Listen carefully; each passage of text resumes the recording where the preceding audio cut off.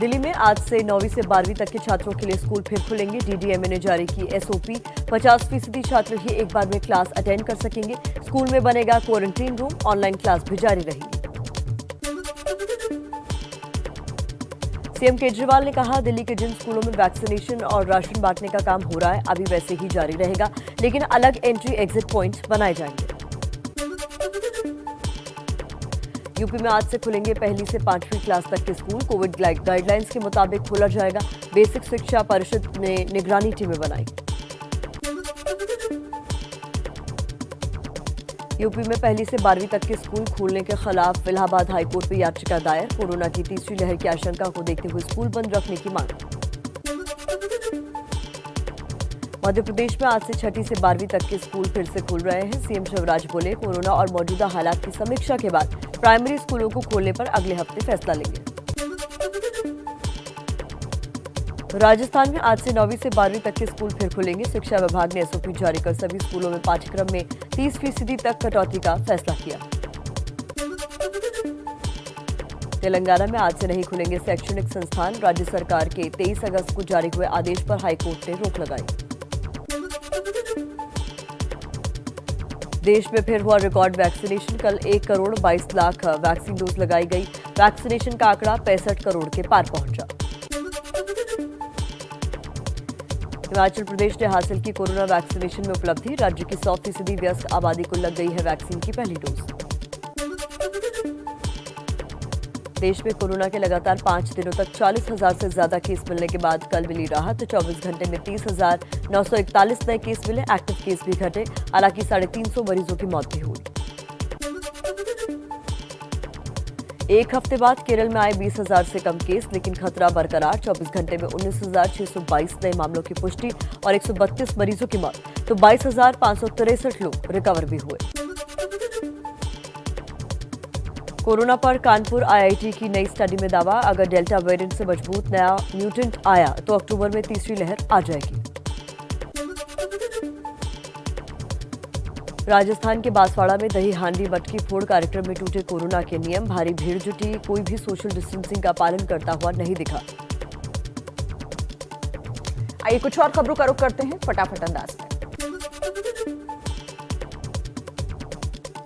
तालिबान की गुजारिश पर दोहा में भारत के राजदूत दीपक मित्तल और तालिबानी नेता शेर मोहम्मद अब्बास की मुलाकात। अफगानिस्तान में फंसे भारतीयों की सुरक्षा और उनकी जल्द वापसी पर बात हुई। भारत आने के इच्छुक अफगान के हिंदू और सिख नागरिक की सुरक्षित यात्रा पर भी चर्चा।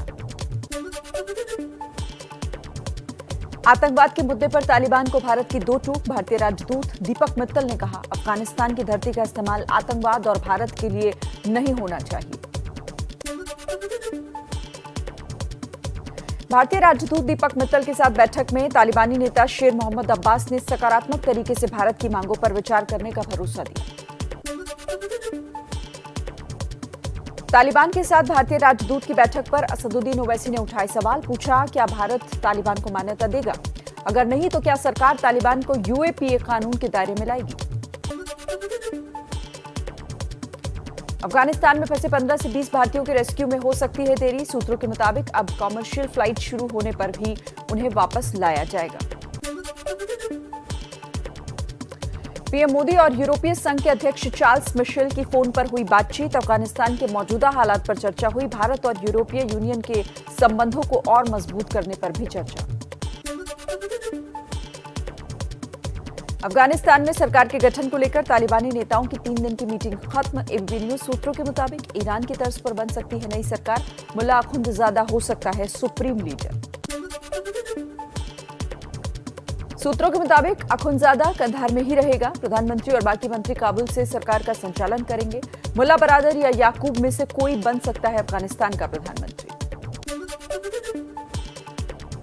काबुल एयरपोर्ट पर कब्जा जमाने के बाद तालिबान के प्रवक्ता ने एयरपोर्ट पर प्रेस कॉन्फ्रेंस की। एक बार फिर कहा, अमेरिका समेत पूरी दुनिया से अच्छे संबंध चाहता है तालिबान। 31 अगस्त से पहले ही काबुल से पूरी तरह निकला अमेरिका। इसकी सैटेलाइट तस्वीरें भी सामने आई। काबुल छोड़ने वाले आखिरी अमेरिकी जवान रहे मेजर जनरल क्रिस्टोफर। कुछ और खबरों का रुख कर लेते हैं इसी तरह फटाफट अंदाज में। अफगानिस्तान पर पूरा कब्जा होने के बाद तालिबानी लोगों ने उन अफगानिस्तान से निकले सभी देशों के झंडों के साथ ताबूत दिखे प्रदर्शन किया। तालिबान ये दिखाना चाहता है कि विदेशी सेनाओं के युद्ध का अंत उसने कर दिया। अफगानिस्तान से रोंगटे खड़े कर देने वाली ये तस्वीर भी सामने आई, जिसमें उड़ते अमेरिकी ब्लैक हॉक हेलीकॉप्टर से एक शख्स लटका हुआ दिखा। जानकारों के मुताबिक डर फैलाने के लिए तालिबान ने ऐसा किया। अफगानिस्तान में पंजशीर और तालिबान के बीच सुलह की कोशिश नहीं पहुंच रही किसी नतीजे पर। पंजशीर का दावा, पश्चिमी पंजशीर पर एक और हमले में तालिबान के 7 से 8 लड़ाके मारे गए। पंजाब कांग्रेस में जारी अंदरूनी कलह को खत्म करने के लिए चंडीगढ़ पहुंचे प्रदेश प्रभारी हरीश रावत। नवजोत सिंह सिद्धू और महासचिव परगट सिंह ने की हरीश रावत से मुलाकात। सिद्धू के ईंट से ईंट बजाने वाले बयान पर पंजाब कांग्रेस प्रभारी हरीश रावत का बयान। बोले, सिद्धू ने यह अकाली दल और बीजेपी के लिए कहा था, कांग्रेस में कोई विरोधाभास नहीं। अमृतसर में जलियांवाला बाग के नए परिसर पर सीएम अमरिंदर का राहुल गांधी से अलग बयान। कहा, रेनोवेशन से बहुत खूबसूरत हो गया स्मारक, जबकि राहुल ने मोदी सरकार पर इतिहास मिटाने की कोशिश का आरोप लगाया था। यूपी चुनाव को लेकर आम आदमी पार्टी का बड़ा ऐलान। कहा, सभी 403 विधानसभा सीटों पर अकेले चुनाव लड़ेंगे। जल्द प्रत्याशियों के नामों की घोषणा की जाएगी। एनसीडी को कूड़ा और भ्रष्टाचार मुक्त बनाने के लिए दिल्ली में आज से 30 सितंबर तक आपका विधायक आपके द्वार महाअभियान शुरू करने वाली है आम आदमी पार्टी। कभी नीतीश कुमार को पीएम मटेरियल बताने वाले बीजेपी के सुशील मोदी अब इस बहस से किनारा करते दिख रहे हैं। जेडीयू के ताजा बयानों पर सुशील ने सवालों से कन्नी काटी। कहा, ये सब कोई मुद्दा नहीं। अर्थव्यवस्था को लेकर अच्छी खबर। देश की जीडीपी पहली तिमाही में बढ़कर 20.1% हुई। मुख्य आर्थिक सलाहकार बोले, सच हुआ सरकार का पूर्वानुमान। प्रो कबड्डी लीग के लिए सुपरस्टार खिलाड़ी प्रदीप नरवाल को 1 करोड़ 65 लाख रुपए में यूपी योद्धा की टीम ने खरीदा। साल के अंत में होना है टूर्नामेंट। देसी खेलों को बढ़ावा देने के लिए एबीपी न्यूज ने की नई पहल। प्रो कबड्डी लीग की टीम यूपी योद्धा का प्रिंसिपल स्पॉन्सर बना एबीपी न्यूज। खिलाड़ियों की टी-शर्ट पर होगा एबीपी न्यूज का लोगो। अमेरिकी सेना की अफगानिस्तान की वापसी के बाद भारतीय समय के मुताबिक देर रात अमेरिकी राष्ट्रपति जो बाइडेन ने प्रेस कॉन्फ्रेंस करके सेना की वापसी के फैसले को सही ठहराया। जो बाइडेन ने फिर से दोहराया कि सैन्य अभियान खत्म होने का ये मतलब नहीं है कि आतंकी संगठन आईएसआईएस खुरासान पर कोई नरमी बरती जाएगी। बाइडेन ने कहा कि जरूरत पड़ने पर खुरासान के खिलाफ कार्रवाई से भी गुरेज नहीं करेंगे। अमेरिकी सेना अफगानिस्तान से भले ही लौट चुकी है, लेकिन उसके कई सैन्य बेस खाड़ी देशों और आसपास के देशों में हैं, जहां से वो आतंक के खिलाफ एक्शन ले सकता है। बाइडेन का ऐलान, नहीं होगा आतंक पर युद्ध विराम। तालिबान से बैर नहीं, आईएसआईएस की खैर नहीं।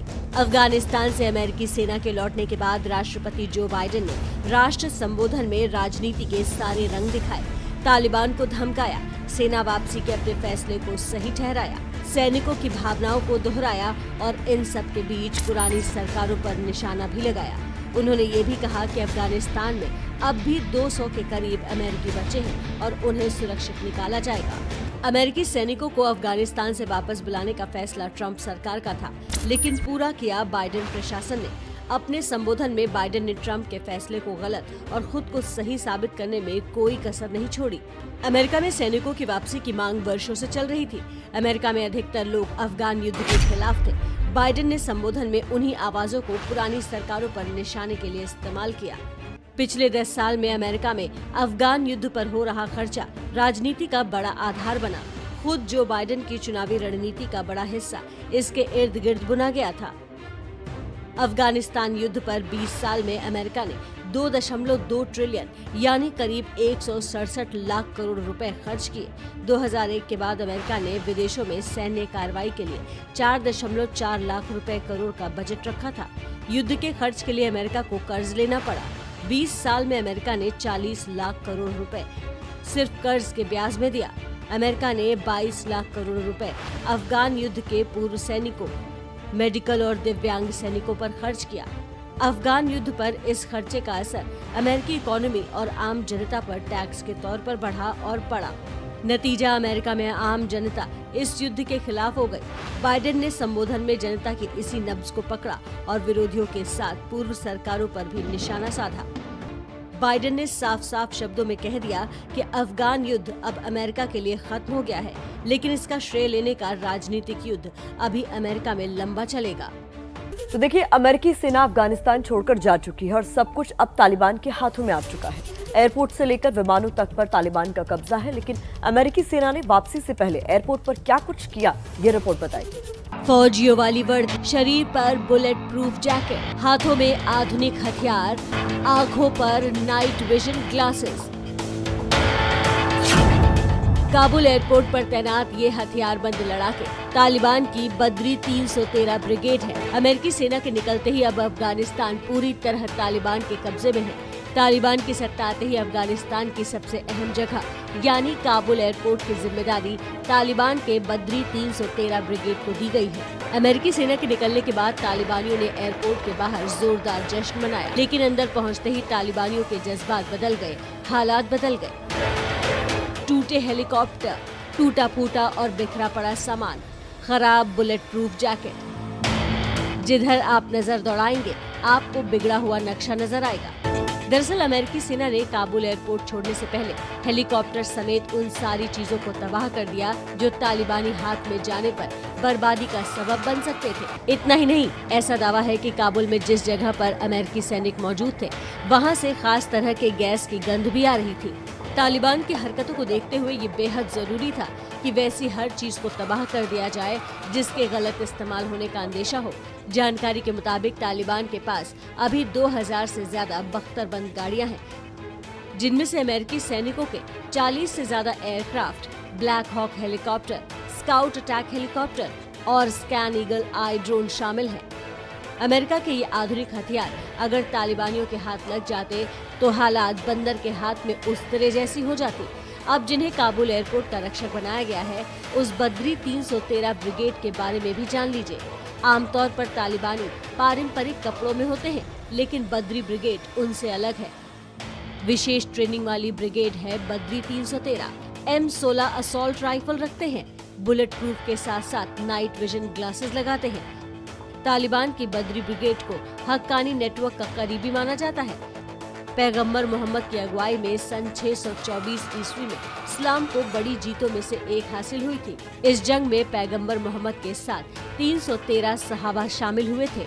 इसी जंग के नाम पर तालिबान ने बद्री 313 ब्रिगेड बनाई है। बद्री ब्रिगेड को एयरपोर्ट के अलावा काबुल में स्थित राष्ट्रपति भवन की सुरक्षा की जिम्मेदारी भी दी गई है। अफगानिस्तान में अमेरिका की वापसी के ऐलान के साथ ही आतंक और अफरा तफरी की तस्वीरें लगातार सामने आ रही है, लेकिन वो चेहरा अभी भी पर्दे में है जो इस आतंक की जड़ में है। क्या है उस एक शख्स की कहानी, देखिए इस रिपोर्ट में। आतंक की कठपुतलियां नाचने की कमान जिनके हाथ में है वो अब तक सामने नहीं आया। तालिबान का सुप्रीम कमांडर हिब्तुल्ला अखुंजादा अब तक सिर्फ तस्वीरों में ही नजर आया है। तालिबान के सुप्रीम कमांडर की यही तस्वीरें अब तक दुनिया के सामने आई हैं।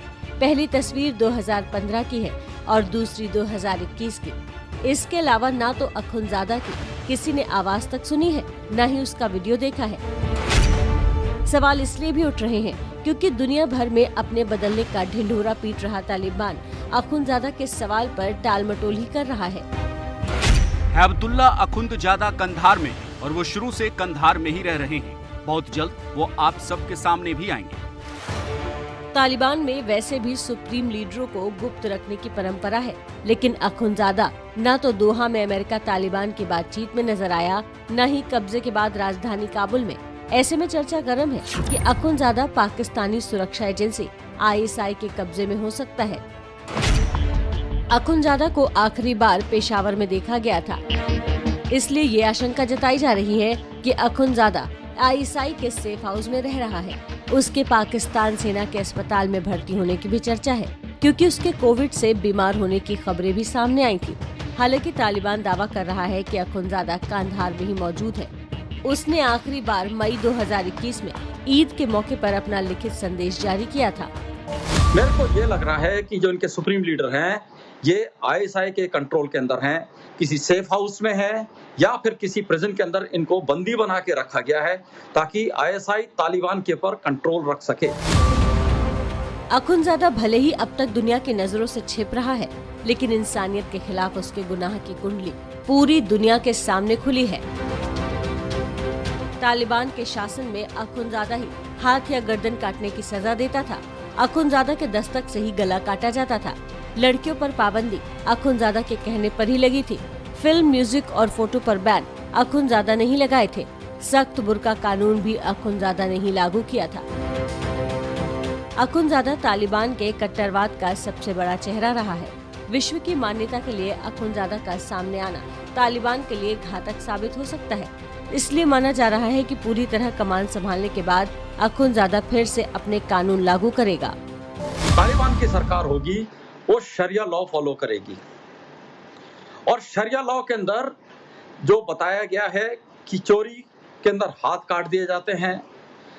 अगर आपने कोई ऐसा काम किया है जैसे कि रेप, तो आपको एक अलग पनिशमेंट है। और इसके अंदर कोई शक नहीं है कि जो तालिबान की सरकार होगी वो इसी तरीके के लॉज फॉलो करेगी। अखुंदजादा की कट्टरता इसलिए भी ज्यादा है क्योंकि तालिबान में उसकी भूमिका धार्मिक नेता की ज्यादा रही है। अखुंदजादा तालिबान का पहला सुप्रीम लीडर है जिसे जंग के मैदान में उतरने का बेहद कम अनुभव है। 1961 में कंधार के पंजवाई में पैदा हुआ। पश्तून के नूरजई कबीले का है। पिता स्थानीय मस्जिद में धार्मिक शिक्षक थे। 1980 के बाद सोवियत के खिलाफ मुजाहिद बना। 1994 में तालिबान से जुड़ा। 1995 में फराह प्रांत में जुर्म रोकने की जिम्मेदारी मिली। 1996 में शरिया को लागू करने वाली कमेटी में शामिल हुआ। 1997 में शरिया अदालत का प्रमुख बना। मुल्ला उमर का शरिया मामलों में सलाहकार था। 2016 में वो तालिबान का प्रमुख बना। फिलहाल अखुंदजादा दुनिया की नजरों से छिप रहा है, लेकिन अब अमेरिका की अफगानिस्तान से वापसी के बाद माना जा रहा है कि उसके बाद अखुंदजादा और उसका आतंक भी लौटेगा। अब ब्रिटेन ने तालिबान से सीधे बातचीत शुरू कर दी है। ब्रिटिश सैनिक वापस लौट चुके हैं। हालांकि ब्रिटेन अफगानिस्तान में अपने बचे हुए नागरिकों को सुरक्षित निकालने के लिए तालिबान से सीधे बात कर रहा है।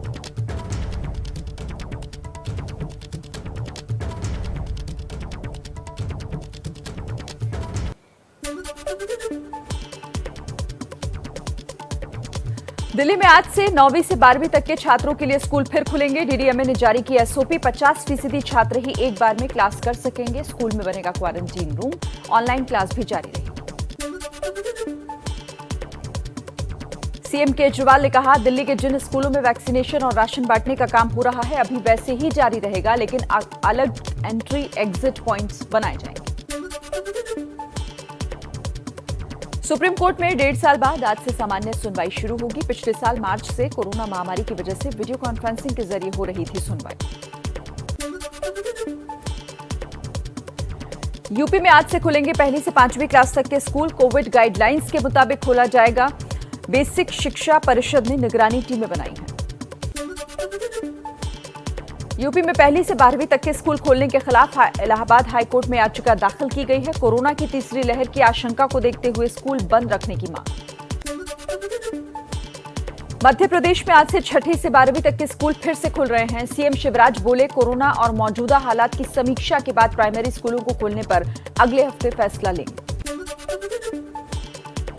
राजस्थान में आज से 9वीं से 12वीं तक के स्कूल फिर खुलेंगे। शिक्षा विभाग ने एसओपी जारी कर सभी स्कूलों में पाठ्यक्रम में 30% तक कटौती का फैसला किया है। तमिलनाडु में भी आज से कक्षा 9वीं से 12वीं के छात्रों के लिए स्कूल फिर खुल रहे हैं। कॉलेज और पॉलिटेक्निक में भी पहले की तरह क्लासेस लगेंगी। 1ली से 8वीं के छात्रों को लेकर फैसला 15 सितंबर के बाद होगा। तेलंगाना में आज से नहीं खुलेंगे शैक्षणिक संस्थान। राज्य सरकार के 23 अगस्त को जारी हुए आदेश पर हाईकोर्ट ने रोक लगाई है। देश में कोरोना के लगातार 5 दिनों तक 40,000 से ज्यादा केस मिलने के बाद कल राहत मिली। 24 घंटे में 30,941 नए केस मिले। एक्टिव केस भी घटे। हालांकि 350 मरीजों की मौत भी हुई। एक हफ्ते बाद केरल में आए 20,000 से कम केस, लेकिन खतरा बरकरार। 24 घंटे में 19,622 नए मामलों की पुष्टि और 132 मरीजों की मौत, तो 22,563 लोग रिकवर हुए। कोरोना पर कानपुर आईआईटी की नई स्टडी में दावा, अगर डेल्टा वेरिएंट से मजबूत नया म्यूटेंट आया तो अक्टूबर में तीसरी लहर आएगी। देश में फिर रिकॉर्ड वैक्सीनेशन हुआ। कल 1 करोड़ 22 लाख वैक्सीन की डोज लगाई गई। वैक्सीनेशन का आंकड़ा 65 करोड़ के पार पहुंचा। हिमाचल प्रदेश ने हासिल की कोरोना वैक्सीनेशन में उपलब्धि। राज्य की 100% व्यस्क आबादी को लग गई है वैक्सीन की पहली डोज। राजस्थान के बांसवाड़ा में दही हांडी मटकी फोड़ कार्यक्रम में टूटे कोरोना के नियम। भारी भीड़ जुटी, कोई भी सोशल डिस्टेंसिंग का पालन करता नहीं दिखाई।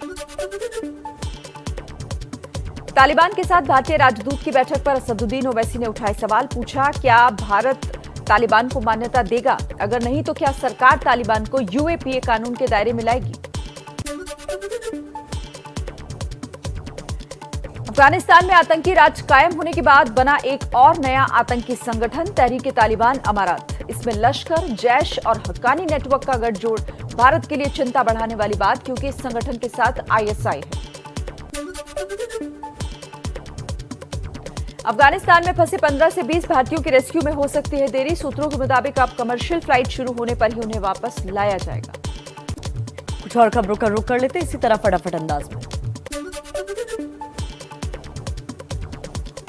अफगानिस्तान में सरकार के गठन को लेकर तालिबानी नेताओं की 3 दिन की मीटिंग खत्म। एबीपी न्यूज सूत्रों के मुताबिक ईरान की तर्ज पर बन सकती है नई सरकार। मुल्ला अखुंदजादा हो सकता है सुप्रीम लीडर। सूत्रों के मुताबिक अखुंदजादा कंधार में ही रहेगा। प्रधानमंत्री और बाकी मंत्री काबुल से सरकार का संचालन करेंगे।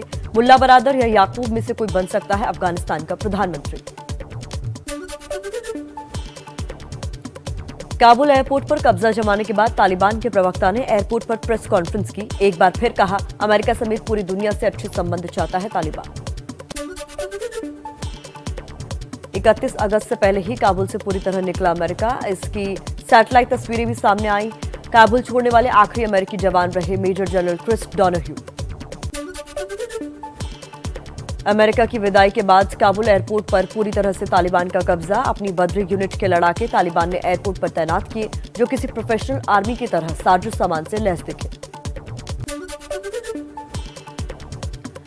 काबुल एयरपोर्ट पर कब्जा होने के बाद तालिबानी नेता भी एयरपोर्ट पर दिखे। आतंकी अनस हक्कानी ने काबुल एयरपोर्ट का दौरा किया। हर तरफ बद्री यूनिट के जवानों का घेरा दिखाई दिया। अफगानिस्तान से अमेरिकी सैनिकों की पूरी तरह वापसी के बाद कार्यवाहक राष्ट्रपति अमरुल्लाह सालेह का अमेरिका पर तंज। बोले, अगर एक सुपर पावर ने मिनी पावर बनने का फैसला लिया है तो ठीक है। काबुल एयरपोर्ट पर अमेरिकी सेनाओं के छोड़े एयरक्राफ्ट पर भी तालिबान का कब्जा, लेकिन तालिबान के किसी काम के नहीं एयरक्राफ्ट, क्योंकि चिप सिस्टम निकाल ले गए अमेरिकी सैनिक। अफगानिस्तान पर पूरा कब्जा होने के बाद तालिबानी लोगों ने उन अफगानिस्तान से निकले सभी देशों के झंडों के साथ ताबूत दिखे, प्रदर्शन किया। तालिबान ये दिखाना चाहता है कि विदेशी सेनाओं के युद्ध उसने अंत कर दिया। अफगानिस्तान में पंजशीर और तालिबान के बीच सुलह की कोशिश नहीं पहुंच रही किसी नतीजे पर। पंजशीर का दावा, पश्चिमी पंजशीर पर एक और हमले में तालिबान के 7 से 8 लड़ाके मारे गए। पंजशीर के गोलबहार इलाके में तालिबानी लड़ाकों और नॉर्दर्न अलायंस के बीच लड़ाई तेज हुई। पंजशीर को जोड़ने वाले अहम सड़क मार्गों को कब्जाना चाहते हैं तालिबानी। पंजाब कांग्रेस में जारी अंदरूनी कलह को खत्म करने के लिए चंडीगढ़ पहुंचे प्रदेश प्रभारी हरीश रावत। नवजोत सिंह सिद्धू और महासचिव प्रगट सिंह ने की मुलाकात। सिद्धू के ईंट से ईंट बजाने वाले बयान पर पंजाब कांग्रेस प्रभारी हरीश रावत का बयान। बोले, सिद्धू ने यह अकाली दल और बीजेपी के लिए कहा था, कांग्रेस में कोई विरोधाभास नहीं। अमृतसर में जलियांवाला बाग के नए परिसर पर सीएम अमरिंदर का राहुल गांधी से इतर बयान। कहा, रेनोवेशन से बहुत खूबसूरत हो गया स्मारक, जबकि राहुल ने मोदी सरकार पर इतिहास मिटाने की कोशिश का आरोप लगाया था। ड्रोन वाली साजिश पर पंजाब के सीएम अमरिंदर सिंह ने कहा, पाकिस्तान कोई बड़ी साजिश कर रहा है। ड्रोन और टिफिन बम से दहशत फैलाना आतंकियों का मकसद। पंजाब में सीएम अमरिंदर की हत्या की धमकी के मामले में एसएफजे के समर्थक गुरपरवंत सिंह पन्नू के खिलाफ साइबर सेल ने केस दर्ज किया। मुलायम सिंह यादव की फोटो लगाकर शिवपाल यादव निकलेंगे रथ यात्रा पर। 15 सितंबर के बाद पूरे यूपी में सामाजिक परिवर्तन रथ यात्रा का ऐलान। यात्रा से पहले रथ की तस्वीरें सुर्खियां बनी। यूपी चुनाव को लेकर आम आदमी पार्टी का बड़ा ऐलान। कहा सभी 403 विधानसभा सीटों पर अकेले चुनाव लड़ेंगे। जल्द प्रत्याशियों के नामों की घोषणा की जाएगी। एमसीडी को कूड़ा और भ्रष्टाचार मुक्त बनाने के लिए दिल्ली में आज से 30 सितंबर तक आपका विधायक आपके द्वार महाअभियान शुरू करने वाली है आम आदमी पार्टी। कभी नीतीश कुमार को पीएम मटीरियल बताने वाले बीजेपी के सुशील मोदी अब इस बहस से किनारा करते दिख रहे हैं। जेडीयू के ताजा बयानों पर सुशील ने सवालों से कन्नी काटी। कहा ये सब कोई मुद्दा नहीं। बंगाल में विधानसभा चुनाव बाद हुई हिंसा की जांच कर रही सीबीआई ने 3 और एफआईआर दर्ज की। नंदीग्राम के पूर्वी मेदिनीपुर और सितालकुची इलाके के कूच बिहार में दर्ज हुए केस। अब तक कुल 31 केस दर्ज। बंगाल के कोयला घोटाला में सीएम ममता के भतीजे अभिषेक की पत्नी रुजिरा की आज ईडी के सामने पेशी होगी। 6 सितंबर को अभिषेक बनर्जी से पूछताछ करेगी ईडी। नेशनल कॉन्फ्रेंस अध्यक्ष फारूक अब्दुल्ला ने 2018 में पंचायत चुनाव में हिस्सा नहीं लेने के लिए खेद व्यक्त किया। अब्दुल्ला ने आर्टिकल 370 हटने पर 2019 में बीडीएस चुनावों का भी बहिष्कार किया था। अब आगे बढ़ते हुए बाढ़ और बारिश की खबरें दिखाते हैं फटाफट अंदाज में। दिल्ली में कल की जोरदार बारिश के बाद आज भी बारिश हो रही है। मौसम विभाग ने आज और कल भी गरज बरज के साथ बारिश की संभावना जताई है। लगातार हो रही बारिश और बाढ़ की वजह से उत्तर बिहार के कई हिस्सों में तबाही मची है। बाढ़ का आलम यह है कि कहीं सड़क कट चुकी है तो कहीं लोगों का आशियाना बाढ़ में समा चुका है। पूर्वी चंपारण जिले में 2.5 महीने से बाढ़ से बुरे हालात हैं। पटरी से उतर गई है जिंदगी। हजारों लोग बेघर। प्रशासन का दावा हर जरूरतमंद तक मदद पहुंचाई जा रही है। महाराष्ट्र के जलगांव में लगातार बारिश की वजह से बिगड़े हालात। शहर और बाजार में पानी भरा तो ग्रामीण इलाके भी डूबे। 200 से ज्यादा जानवरों के बहने की भी खबर है। तेलंगाना के राजन्ना सिरसिला जिले में सैलाब में बहती हुई एक बस की तस्वीर सामने आई है। डूबे रास्ते से गुजरते वक्त बस अटकी तो फौरन 25 यात्रियों को निकाला गया। फिर तेज बहाव आया और बह गई बस। पीएम मोदी आज भक्ति वेदांत स्वामी प्रभुपाद की 125वीं जयंती पर 125 रुपए का विशेष सिक्का जारी करेंगे। वर्चुअली सभा को भी संबोधित करेंगे। यूपी के अलीगढ़ में आज पूर्व मुख्यमंत्री कल्याण सिंह का त्रयोदशी संस्कार। सीएम योगी, पुष्कर सिंह धामी, शिवराज सिंह चौहान समेत कई राज्यों के राज्यपाल और केंद्रीय मंत्री शामिल होंगे। नोएडा की सुपरटेक एमराल्ड कोर्ट बिल्डिंग के बायर्स को 10 साल बाद मिला इंसाफ। सुप्रीम कोर्ट ने सुपरटेक को बड़ा झटका देते हुए उसी के खर्च पर 40 मंजिला दोनों टावर गिराने का आदेश दिया। फ्लैट खरीदारों को 2 महीने में लौटाने होंगे पैसे। लद्दाख में भारतीय सेना की बड़ी कामयाबी। 18,600 फीट की ऊंचाई पर सड़क बनाई। इससे अब लेह से पैंगोंग झील तक जाने की दूरी पूरे 41 किलोमीटर कम हो जाएगी। पंजाब के संगरूर में अमरूद को फेंकने पर मजबूर हैं किसान। किसानों के मुताबिक नहीं मिल रहा है सही दाम। लागत तक नहीं निकल पा रही। मंडी में 1.5 रुपए किलो लग रही है कीमत, जिससे किसान बेहद परेशान। अर्थव्यवस्था को लेकर अच्छी खबर। देश की जीडीपी पहली तिमाही में बढ़कर 20.1% हुई। मुख्य आर्थिक सलाहकार बोले सच हुआ सरकार का पूर्वानुमान। प्रो कबड्डी लीग के लिए सुपरस्टार खिलाड़ी प्रदीप नरवाल को 1 करोड़ 65 लाख रुपए में यूपी योद्धा की टीम ने खरीदा। साल के अंत में होना है टूर्नामेंट। देसी खेलों को बढ़ावा देने के लिए एबीपी न्यूज की नई पहल। प्रो कबड्डी लीग की टीम यूपी योद्धा का प्रिंसिपल स्पॉन्सर बना एबीपी न्यूज। खिलाड़ियों की टी शर्ट पर होगा एबीपी न्यूज का लोगो। टोक्यो पैरालंपिक में भारत को 2 और मेडल। हाई जंप में मरियप्पन थंगावेलु ने सिल्वर मेडल और शरद कुमार ने ब्रॉन्ज मेडल जीता। पीएम मोदी और खेल मंत्री अनुराग ठाकुर ने बधाई दी। पैरालंपिक में शूटिंग के 10 मीटर एयर पिस्टल मुकाबले में सिंहराज अधाना ने जीता ब्रॉन्ज। पीएम ने फोन कर दी बधाई। टोक्यो पैरालंपिक में देश ने अब तक कुल 10 मेडल जीते हैं। टोक्यो ओलंपिक में ब्रॉन्ज मेडल जीतने वाली भारतीय हॉकी टीम के खिलाड़ी विवेक सागर बनेंगे डीएसपी। एमपी की शिवराज सरकार का फैसला, होशंगाबाद जिले के रहने वाले हैं विवेक। दक्षिण अफ्रीका के तेज गेंदबाज डेल स्टेन ने इंटरनेशनल क्रिकेट से संन्यास लेने का ऐलान कर दिया है। ट्विटर पर लिखा, आज मैं उस खेल से संन्यास लेता हूं जिससे मैं सबसे ज्यादा प्यार करता हूं। 20 साल बहुत यादगार रहे। अमेरिका के बाद ब्रिटेन ने भी आईएसआईएस खोरासान पर कार्रवाई की चेतावनी दे डाली है। ब्रिटेन ने कहा है कि वो कभी भी खोरासान के ठिकानों पर हमला कर सकता है। अमेरिकी रक्षा विभाग के मुताबिक अफगानिस्तान में आईएस खोरासान के करीब 2000 आतंकी हैं। आपको बता दें कि अमेरिका ने भी साफ किया है कि वो भले ही तालिबान से बात करे, लेकिन खोरासान पर नरमी नहीं बरतेगा। 26 अगस्त को काबुल एयरपोर्ट पर हमले के पीछे आईएस खोरासान का ही हाथ था। ब्रिटेन ने भी तालिबान से भले ही बातचीत शुरू कर दी है, लेकिन अब वो खोरासान पर कभी भी कार्रवाई की चेतावनी दे रहा है। कोरोना काल में आज से कई राज्यों में स्कूल खुल रहे हैं। दिल्ली में आज से चरणबद्ध तरीके से स्कूल खुल रहे हैं, साथ ही सुरक्षा के हर इंतजाम भी किए जा रहे हैं। दिल्ली के 9वीं से 12वीं क्लास के बच्चों के स्कूल कॉलेज आज से खुल गए हैं। स्कूलों में बच्चों को कोरोना से बचाने के हर तरह के मुकम्मल इंतजाम किए गए हैं। क्लास में बैठने के लिए भी बच्चों को एक सीट छोड़कर ही बैठने की व्यवस्था की गई है। स्कूलों की सीटों पर एक एक सीट छोड़कर स्टिकर लगाए गए हैं। स्कूल गेट पर थर्मल स्कैनर से जांच जरूरी होगी। एंट्री गेट पर हाथ सैनिटाइज करना जरूरी है। क्लासरूम की सीटिंग क्षमता के अधिकतम 50% तक बच्चे एक बार में क्लास कर सकेंगे। हर क्लास में सोशल डिस्टेंसिंग के लिए अलग अलग समय का फॉर्मूला होगा। सुबह और शाम के शिफ्ट के बीच कम से कम 1 घंटे का गैप जरूरी होगा।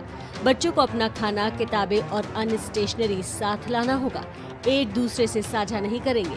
लंच ब्रेक खुली जगह पर अलग अलग समय पर रखने की सलाह। बच्चों को स्कूल बुलाने के लिए माता पिता की मंजूरी जरूरी है। किसी को बाध्य नहीं कर सकते। कंटेनमेंट जोन में रहने वाले टीचर, स्टाफ या स्कूल को स्कूल आने की इजाजत नहीं होगी। हर स्कूल परिसर में एक क्वारंटीन रूम बनाना जरूरी होगा, जहां जरूरत पड़ने पर बच्चे या स्टाफ को रखा जा सके। हम लोगों ने एक एसओपी तैयार की है और एक बहुत बड़ा चैलेंज है स्कूलों के सामने, उसको हम फेस करने के लिए तैयार हो रहे हैं। लोग 50% बच्चों को बुलाने के पक्ष में हैं। 50% बुलाने के साथ साथ हम ये भी ध्यान रख रहे हैं कि 9वीं, 10वीं, 11वीं, 12वीं 4 क्लासें हैं, हम चारों क्लासों को एक साथ ना बुलाएं, उसे भी हम बाइफरकेट कर रहे हैं। साथ साथ ये भी ध्यान रखा है कि ऑनलाइन ऑफलाइन क्लासें भी चलाएंगे। बच्चों की स्ट्रेंथ को देख करके आगे की तैयारी और करेंगे। यूपी में कक्षा 6 से 12वीं तक के स्कूल तो पहले ही खुले हुए हैं। आज से प्राइमरी स्कूल भी खुल गए हैं। इन सभी स्कूलों को कोविड गाइडलाइन पर ही खोला जा रहा है। हालांकि स्कूल आने के लिए किसी को बाध्य नहीं किया जाएगा। हालांकि स्कूल खोले जाने के खिलाफ इलाहाबाद हाई कोर्ट में एक याचिका भी दायर की गई है, जिस पर इसी हफ्ते सुनवाई हो सकती है। एमपी में भी 6ठी से 12वीं के स्कूल आज से खुल गए हैं। 50% छात्रों के साथ कोरोना से सुरक्षा संबंधी सभी उपायों के साथ स्कूलों में पढ़ाई होगी। राजस्थान में भी आज से कक्षा 9 से कक्षा 12 तक स्कूल 50% क्षमता के साथ खुल गए हैं। स्कूल कॉलेजों में कोरोना संक्रमण की रोकथाम के लिए सभी इंतजाम किए गए हैं। तो कोरोना काल में पूरी तैयारियों के साथ स्कूल खुलने जा रहे हैं और इसी पर अलग अलग जगहों से हमारे साथ हमारे संवाददाता जुड़े हुए हैं। अंजलि हमारे साथ दिल्ली से हैं, लखनऊ से संजय त्रिपाठी हमें बताएंगे वहां पर क्या हाल है, और जयपुर से मनीष शर्मा हमें बताएंगे क्या तैयारियां। शुरुआत अंजलि से कर लेते हैं। अंजलि, एक लंबे समय के बाद स्कूल खोले जाने की तैयारी, किस तरह की तैयारियां हैं और क्या कुछ और जानकारी इससे जुड़ी है जो आप हमारे दर्शकों को बताएंगे? जी देखिए, काफ़ी लंबे अंतराल के बाद स्कूल खुले हैं और इस समय दिल्ली के एक सरकारी स्कूल में हम मौजूद है। राउज एवेन्यू का स्कूल है। आज बारिश की वजह से हालांकि थोड़ी सी दिक्कतें ज़रूर आई और तैयारियां जो हैं उनमें थोड़ा असर ज़रूर दिखाई दे रहा है, लेकिन आपको दिखाते हैं कि किस तरह से जो बच्चे हैं वो अब क्लासरूम में पहुंचना शुरू हो गए हैं। और कुछ एक बच्चों से भी बात कर लेते हैं। इतने समय बाद जब स्कूल पहुँचे तो कैसा लग रहा है? काफ़ी समय बाद स्कूल आए हैं, कैसा लग रहा है? जी मैम, बहुत अच्छा लग रहा है हमें। पढ़ाई का क्या, स्कूल आके पढ़ना ज़्यादा अच्छा था या ऑनलाइन क्लासेस ज़्यादा अच्छी थी? मैम, स्कूल आकर ज़्यादा अच्छा था पढ़ना हमारे लिए, क्योंकि ऑनलाइन क्लास में इतनी अच्छी तरीके से हम समझ नहीं पाते और हमारा बोर्ड का भी टाइम है इस बार, इसलिए स्कूल आना हमारे लिए ज़रूरी था। तो देखिए, ये बोर्ड क्लास, बोर्ड एग्ज़ाम का समय है, तो इतने समय बाद स्कूल आकर आपको कैसा लग रहा है? कितना समय हो गया? जी, हम काफ़ी समय हो गया, कम से कम 2 महीने हो चुके हैं। हमारी 12th क्लास का काफ़ी टाइम निकल चुका है, काफ़ी सिलेबस भी आगे हो जाना चाहिए था, बट ऑनलाइन क्लासेस में वो पूरा नहीं हो पा रहा था, इसलिए ऑफलाइन हमारा रखा गया है। अच्छा, तो पढ़ाई तो अच्छी है ही, दोस्तों से इतने समय बाद मिले तो वो कैसा लगा सुबह सुबह जब सबके चेहरे देखे? जी, हम बढ़िया लगा। अच्छा लगा दोस्त? जी। दोस्तों से मिलके अच्छा लगा आप लोगों को? जी हाँ, इतने दिनों बाद मिले हैं सबसे मिलकर, मतलब अच्छा लगा, क्योंकि ऐसे इंटरेक्ट घर वाले भी मिलने नहीं देते थे, तो इसी स्कूल में ही था जरिया जो मिलने का। तो स्कूल आके थोड़ा अच्छा लगता है और पढ़ने में भी थोड़ा कंपटीशन होता है ना, जो क्लास में आके पता चलता है कि हाँ ये पढ़ रहा है तो हम भी पढ़ेंगे। घर पे मम्मी पापा तो अंजलि, दिल्ली में स्कूल में छात्रों से बात करें क्योंकि दिल्ली में स्कूल आज से खुले हैं। यूपी का भी रुख कर लेते हैं, लखनऊ से संजय त्रिपाठी हमारे साथ बने हुए। संजय, वहां से क्या तस्वीरें सामने आ रही हैं? बच्चे आ रहे हैं क्या, और अभिभावकों के मन में क्या कुछ चल रहा है? देखिए प्रतिमा, 1.5 साल का अंतराल बड़ा अंतराल होता है। उसके बाद 16 अगस्त से स्कूलों को खोलने का सिलसिला शुरू किया गया था, क्योंकि यूपी में कोरोना की स्थितियां लगभग नियंत्रण में है। और मैं इस समय सिटी मॉन्टेसरी स्कूल की स्टेशन रोड ब्रांच में हूं, जहां की तस्वीरें आपको दिखाऊंगा। तैयारियां की जा रही हैं, क्योंकि आज पहली से लेकर के 5वीं तक के जो बच्चे हैं उनके स्कूल भी खोले जाएंगे।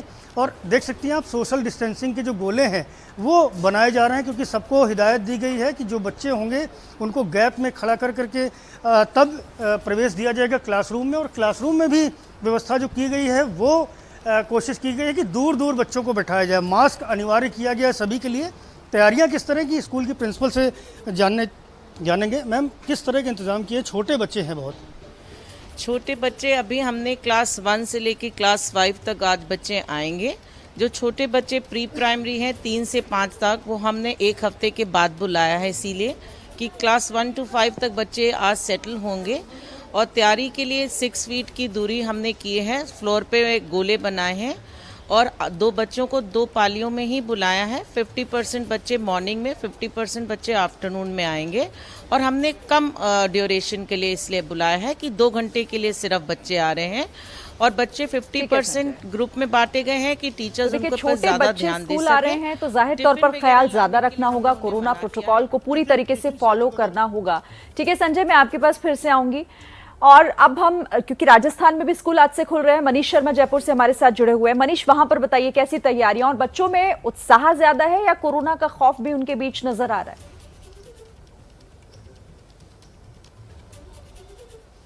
जी, फिलहाल जहां अगर हम जयपुर की बात करें तो मैं इस वक्त माहेश्वरी पब्लिक स्कूल यानी एमपीएस में हूं। 8:30 बजे से बच्चों को यहां आना है, लेकिन सबसे अहम 2-3 बातों का जरूर मैं ध्यान अपने दर्शकों की तरफ लाना चाहूंगा कि राजस्थान सरकार ने इन स्कूलों के लिए जो सिलेबस था उसमें तकरीबन 30% की कटौती कर दी है। पिछले साल ये 40% की कटौती थी, अब इसे 30% कर दिया गया, यानी बच्चों को 30% सिलेबस की कम पढ़ाई करनी पड़ेगी। दूसरी अहम बात, 51 लाख बच्चे हैं राजस्थान में कक्षा 9 से लेकर 12 तक, जो अब स्कूलों की तरफ आएंगे। और राजस्थान में ये जो तमाम स्कूल खुल रहे हैं ये 138 दिनों बाद खुल रहे हैं। साथ ही साथ राजस्थान सरकार ने ये भी तय किया है कि इन बच्चों की हर महीने परीक्षा ली जाएगी, ताकि ऐन वक्त पर अगर कोरोना की तीसरी लहर के बाद अगर परीक्षाएं रद्द होती हैं तो आंतरिक मूल्यांकन इन परीक्षाओं के आधार पर किया जा सकेगा। और 8:30 बजे दर्शकों तक भी हम यही जानकारी पहुंचा रहे हैं कि तमाम एसओपीज जारी कर दिए गए हैं, जिनको ध्यान में रखकर ही बच्चों को स्कूल बुलाया भी जा रहा है और कोशिश यही की जा रही है कि तमाम प्रोटोकॉल्स का पालन किया जा सके। बहुत शुक्रिया आप सभी का हमारे साथ जुड़ने के लिए। चलिए अब जानते हैं एक अकेला इस शहर में सीजन 2 के साथ नितिन सुखीजा आज अपने आबुदाना सेक्शन में आपके लिए क्या लेकर आए हैं। फ्राइड खाना तो सबको पसंद है, लेकिन तेल का इस्तेमाल बिल्कुल नहीं। आज सही मायनों में खाने का खजाना ढूंढ कर ले आए हैं नितिन, जहां एक चम्मच से भी कम तेल में एक डिश से बनेगी 3 डिश। हेलो एंड वेलकम, नमस्ते भारत, गुड मॉर्निंग। जैसा कि हम और आप जानते हैं कि दुनिया में 2 तरह के लोग होते हैं, एक वो जो जीने के लिए खाते हैं, दूसरे वो जो खाने के लिए जीते हैं। हम और आप तो खाने के लिए जीते हैं। आज लेकिन हम आपको ऐसी ही एक शख्सियत से मिलाएंगे जो हमारी आपकी तरह खाने के लिए न सिर्फ जीते हैं बल्कि बहुत पैशनेट हैं खाने को लेकर के। मेरे साथ है राजीव गुलाटी जी। हेलो। राजीव जी ने एक ग्रुप बनाया फूड बडीज नाम का। ये जो फूड बडीज का जो आइडिया है कि वर्चुअली लोगों को जोड़ना, ये कैसे? लोग तरह तरह के सवाल जो है मेरे से पूछते थे कि मुझे फलां जगह खाने जाना है, ये सबसे बढ़िया कहाँ पर मिलेगी। तो दिमाग में आया कि क्यों ना एक ऐसा प्लेटफॉर्म बनाया जाए। ग्रुप की शुरुआत हुई स्कूल के कुछ क्लास के फ्रेंड से, और अब तो माशाअल्लाह शायद हम जल्दी 1 लाख के करीब टच कर दें। क्या बात। तरह तरह के कुजीन, तरह तरह की रेसिपीज एक्सचेंज, अपनी टिप्स को शेयर करना, बस सारा दिन यही होता रहता है। क्या बात है। तो राजीव जी, खाने की बात हो रही है, टेबल पे बैठे हैं, खाली है टेबल अभी। आपकी अपनी रेसिपी कोई है, ये बताइए। मेरी रेसिपीज जो है, मैं आपको ऐसी चीज़ खिलाना चाहूँगा आज कि जो बनाने में आसान हो। और आजकल के जो लेटेस्ट लोगों की रिक्वायरमेंट चल रही है कि भाई फैट नहीं होना चाहिए, मोटापा ना करे वो, और प्रोटीन बहुत होना चाहिए। और एक ही डिश से, एक ही इंग्रेडिएंट, मेन इंग्रेडिएंट से, एक ही असेंबली से हम 3 डिशेस बनाएंगे। चलिए फिर चलो किचन में चला जाए। आइए चलिए।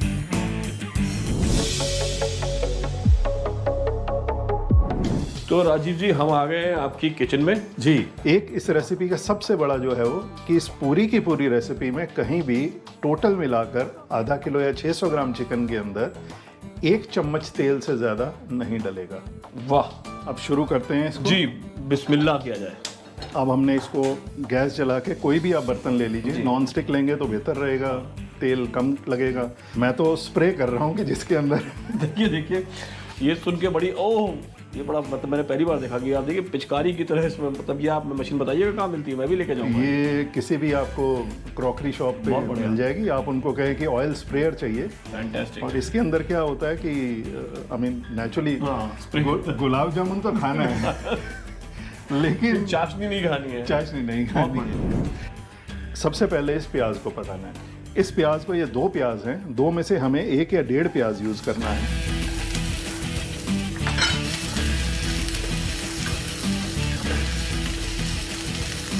और इसके अंदर ये आपने क्यों डाला? ये हम तो नमक वमक तो सब मतलब बाद में पड़ता है। नमक डालने से क्या होता है कि नमक डालने से कोई भी चीज़ जो है, कोई भी सब्जी आप पका रहे हैं, वो अपने पानी को छोड़ देती है। अब हम इसमें करीबन 3 या 4 कलियों के लहसुन डाल देंगे। मेरे ख्याल से इसमें और 2 मिनट से ज़्यादा नहीं लगने चाहिए। प्याज तैयार हैं, तो अब हम ले आते हैं अपना मेन जो स्टार इंग्रेडिएंट है, चिकन मिंस। हमें सबसे पहले इसके अंदर अप्रॉक्सीमेटली 1 एग डालना है, 1 नींबू का रस मिलाएंगे, 2 स्पून सॉल्ट, लाल मिर्च, गले के मुंह के अंदर लगने के लिए मिर्ची के लिए हम इसमें काली मिर्च यूज करेंगे। अभी तक हमने इसमें आधा चम्मच तेल ही डाला है। जी, आधा चम्मच भी नहीं रहा होगा वो तो। मतलब 2 बार स्प्रे हुआ था बस वो। अगर आपको ये लगता है कि आप इसको हैंडल नहीं कर सकते, आपको दिक्कत आएगी, तो आप थोड़े से ब्रेड क्रम्स मिला के अब हम इसको सेट होने के लिए 20 से 30 मिनट के लिए फ्रिज में रख देते हैं। आपका समय शुरू होता है अब। हो गए 30 मिनट। अब ये फ्रिज से हमने निकाला और ये मिंस हमारा बिल्कुल तैयार है। ये देखिए, अब हम इसकी पैटी बनाएंगे और उसके साथ में बर्गर असेंबल करेंगे। ये पानी सिर्फ हाथ को गीला करने के लिए, बर्गर के साइज के हिसाब से पैटी लेनी है। 1 स्प्रे बहुत होता है। चलिए, ये 3 हो गए। चलिए ठीक, मतलब थोड़ा सा उसको भी लगे ना, बर्तन को भी कुछ आया उसमें। और ये गए। और जब तक पैटी बनती है तब तक हम इसको रेडी कर लेते हैं, बर्गर के लिए काटते हैं।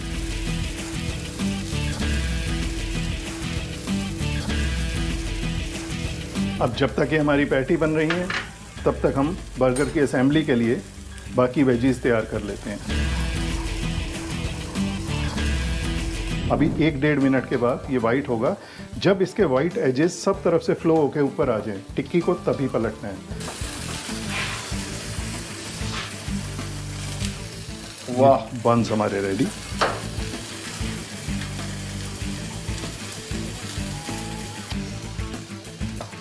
तो ये हमारी बर्गर की पैटी डन। और अब तैयार होने वाला है बहुत ही शानदार बर्गर। उसके ऊपर प्याज, उसके ऊपर टमाटर, प्याज के ऊपर जो है खीरा। खीरा, अच्छा खीरा, खीरे के ऊपर टमाटर। हमारा बर्गर तैयार। फैंटास्टिक। जैसा आपको प्रॉमिस किया था, सेकंड डिश की तरफ अपने लेबनीज कबाब की तरफ।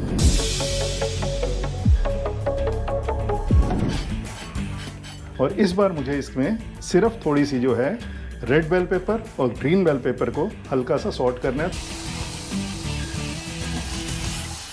1 चुटकी नमक। अब ये बन के तैयार हो गया। हमने इसको चिकन विंग्स में डाल दिया। गरम मसाले का just 1/4 spoon, that will be बहुत जरा सा, बहुत जरा सा।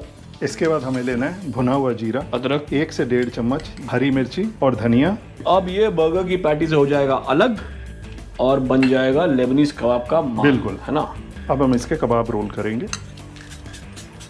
हाथ को हल्का सा गीला किया। इसको आपने मुट्ठी के साइज में ऐसे लेना है और मुट्ठी के साइज में भी हल्का सा फ्लैटन करके और इसको डाल देना है। 2 से 2.5 मिनट एक तरफ और 1.5 मिनट दूसरी तरफ दबा के देखेंगे कि पानी आना खत्म, तो कबाब तैयार।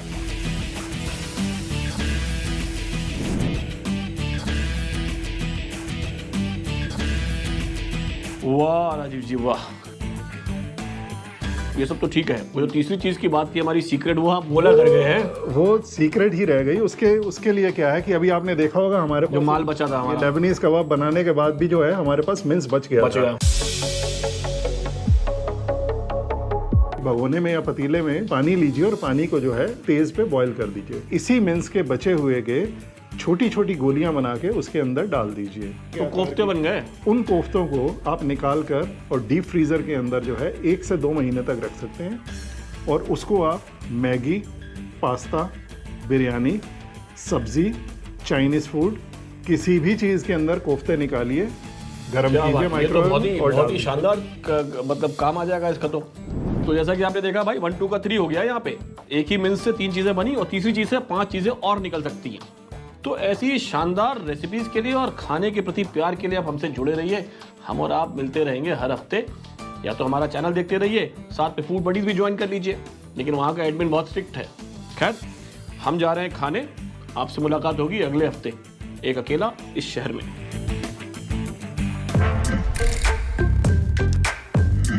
अफगानिस्तान में तालिबान की सत्ता के बाद आतंकी संगठन अल-कायदा ने तालिबान को बधाई दी है। अल-कायदा ने कहा है कि अफगानिस्तान में तालिबान की जीत हुई और अमेरिका हारा है। इससे उसकी छवि तार-तार हुई है। अमेरिका को बेइज्जत होकर निकलना पड़ा। बड़ी बात यह है कि अल-कायदा ने अपने बधाई संदेश में कश्मीर का भी जिक्र किया। यहां आपको यह भी बता दें कि भारत, अमेरिका समेत दुनिया के दूसरे देशों ने तालिबान को इस बात की सख्त हिदायत दी है कि आतंकी संगठनों से उसकी साठगांठ नहीं चलेगी। अमेरिका, ब्रिटेन ने तो आतंकी संगठनों पर कार्रवाई की भी बात तक कह डाली है।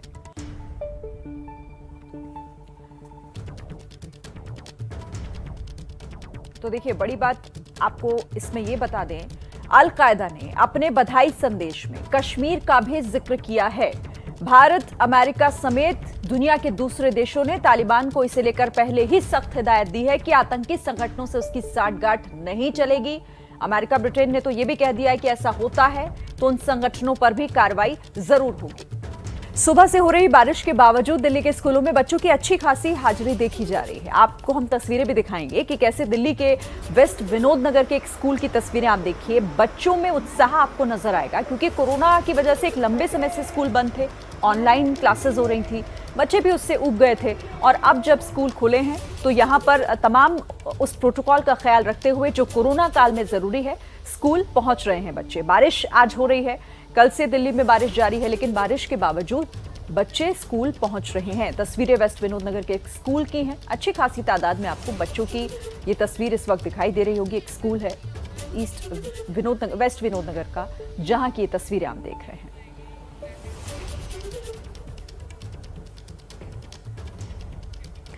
तो कई राज्य में आज से स्कूल खोले जा रहे हैं। किस राज्य में स्कूलों को लेकर क्या स्थिति है, इसके लिए चलते हैं प्रतिमा के पास।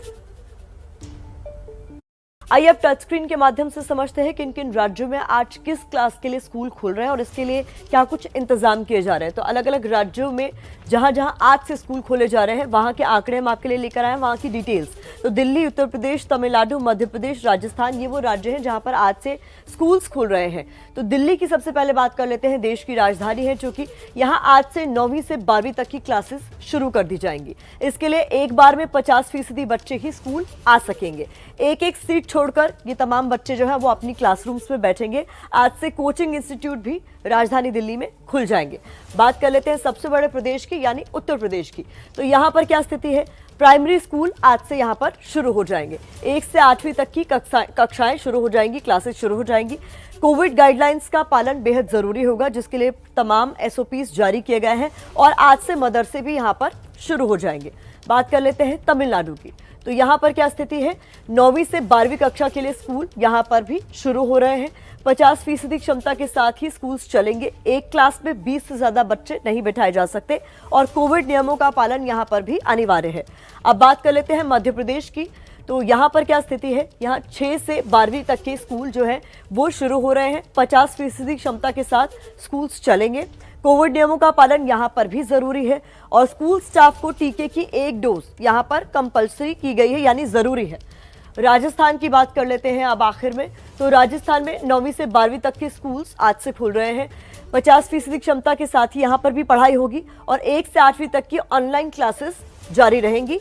कोचिंग संस्थान भी खुल सकेंगे। तो ये तमाम प्रोटोकॉल्स का पालन करते हुए स्कूल्स को खोल दिया गया है। अब सवाल यह है कि पेरेंट्स अपने बच्चों को स्कूल भेजते हैं या फिर जैसे पहले ऑनलाइन क्लासेस चल रही थी वैसे ही उनकी पढ़ाई जारी रखते हैं।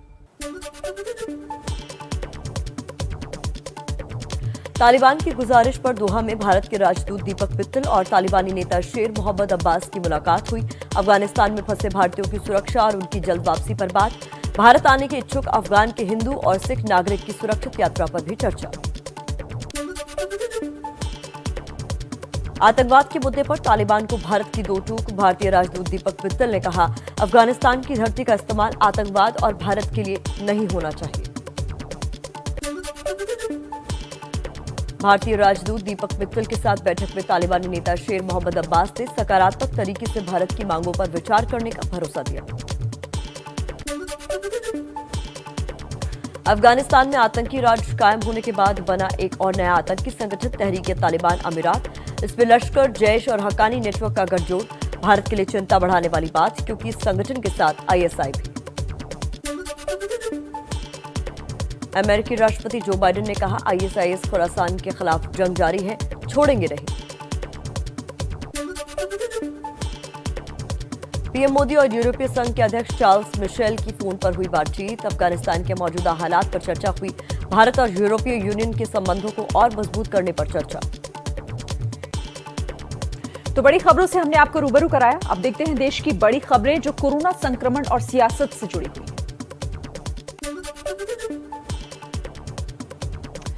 देश में फिर रिकॉर्ड वैक्सीनेशन हुआ है। कल 1 करोड़ 22 लाख वैक्सीन की डोज लगाई गई है। वैक्सीनेशन का आंकड़ा 65 करोड़ के पार पहुंचा।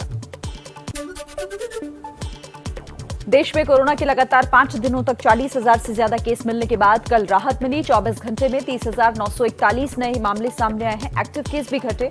हालांकि 350 मरीजों की कोरोना से मौत हो गई है। कोरोना पर कानपुर आईआईटी की नई स्टडी में दावा, अगर डेल्टा वेरिएंट से मजबूत नया म्यूटेंट आया तो अक्टूबर में तीसरी लहर आएगी। पीएम मोदी आज भक्ति वेदांत स्वामी प्रभुपाद की 125वीं जयंती पर 125 रुपए का विशेष सिक्का जारी करेंगे। वर्चुअली सभा को भी संबोधित करेंगे। इनकम टैक्स ना चुकाने के केस में कांग्रेस अध्यक्ष सोनिया गांधी, राहुल गांधी और ऑस्कर फर्नांडीज की अर्जी पर सुप्रीम कोर्ट में सुनवाई। इससे पहले आयकर विभाग को तीनों की 2011 और 12 की टैक्स देनदारी की समीक्षा जारी रखने की कोर्ट ने इजाजत दी थी। अर्थव्यवस्था को लेकर एक अच्छी खबर, देश की जीडीपी पहली तिमाही में बढ़कर 20.1% हुई। मुख्य आर्थिक सलाहकार बोले, सच हुआ सरकार का पूर्वानुमान। चलिए अब देश की राजधानी दिल्ली का रुख कर लेते हैं। देखिए क्या है दिल्ली की बड़ी खबरें।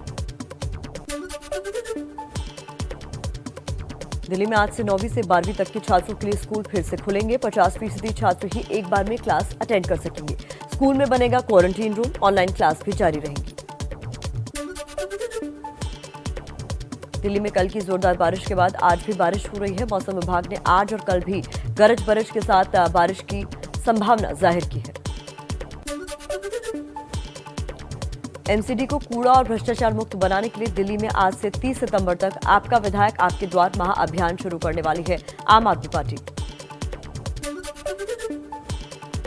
दिल्ली के नरेला की 13 साल की बच्ची की गुरुग्राम में रेप के बाद हत्या, परिवार ने इंसाफ मांगा। गुरुग्राम पुलिस का दावा, आरोपी गिरफ्तार हुआ। कुछ और आरोपियों की हो रही है तलाश। दिल्ली पुलिस ने किया जामताड़ा गैंग का भंडाफोड़। करोड़ों की ठगी करने वाले 14 लोगों को किया झारखंड से गिरफ्तार। गैंग का मास्टरमाइंड अल्ताफ अंसारी भी पकड़ा गया। यूपी में आज से कुछ और कक्षाओं के स्कूल खुल रहे हैं, तो चुनावी राजनीति की भी अहम खबरें जल्दी से आपको बताते हैं। यूपी में आज से खुलेंगे पहली से 5वीं क्लास तक के स्कूल। कोविड गाइडलाइंस के मुताबिक खोले जाएंगे। बेसिक शिक्षा परिषद ने निगरानी टीमें भी तैयार की। यूपी में पहली से 12वीं तक के स्कूल खोलने के खिलाफ इलाहाबाद हाईकोर्ट में याचिका दायर। कोरोना की तीसरी लहर की आशंका को देखते हुए स्कूल बंद रखने की मांग की गई। मुलायम सिंह यादव की फोटो लगाकर शिवपाल यादव निकलेंगे रथ यात्रा पर। 15 सितंबर के बाद पूरे यूपी में सामाजिक परिवर्तन रथ यात्रा का ऐलान किया। यात्रा से पहले रथ की तस्वीरें सुर्खियों में।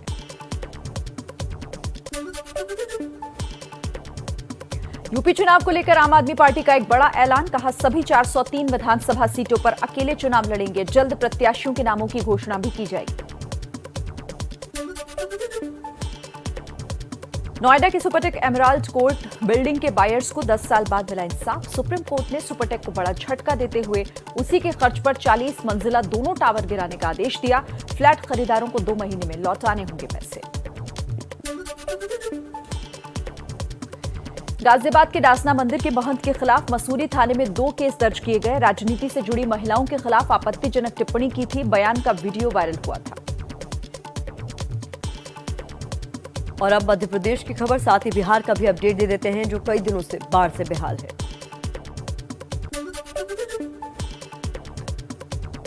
मध्य प्रदेश में आज से 6ठी से 12वीं तक के स्कूल फिर से खुल रहे हैं। सीएम शिवराज बोले, कोरोना और मौजूदा हालात की समीक्षा के बाद प्राइमरी स्कूलों को खोलने पर अगले हफ्ते फैसला लेंगे। कभी नीतीश कुमार को पीएम मटेरियल बताने वाले बीजेपी के सुशील मोदी अब इस बहस से किनारा करते दिख रहे हैं। जेडीयू के ताजा बयानों पर सुशील मोदी ने सवालों से कन्नी काटी, कहा ये सब कोई मुद्दा नहीं।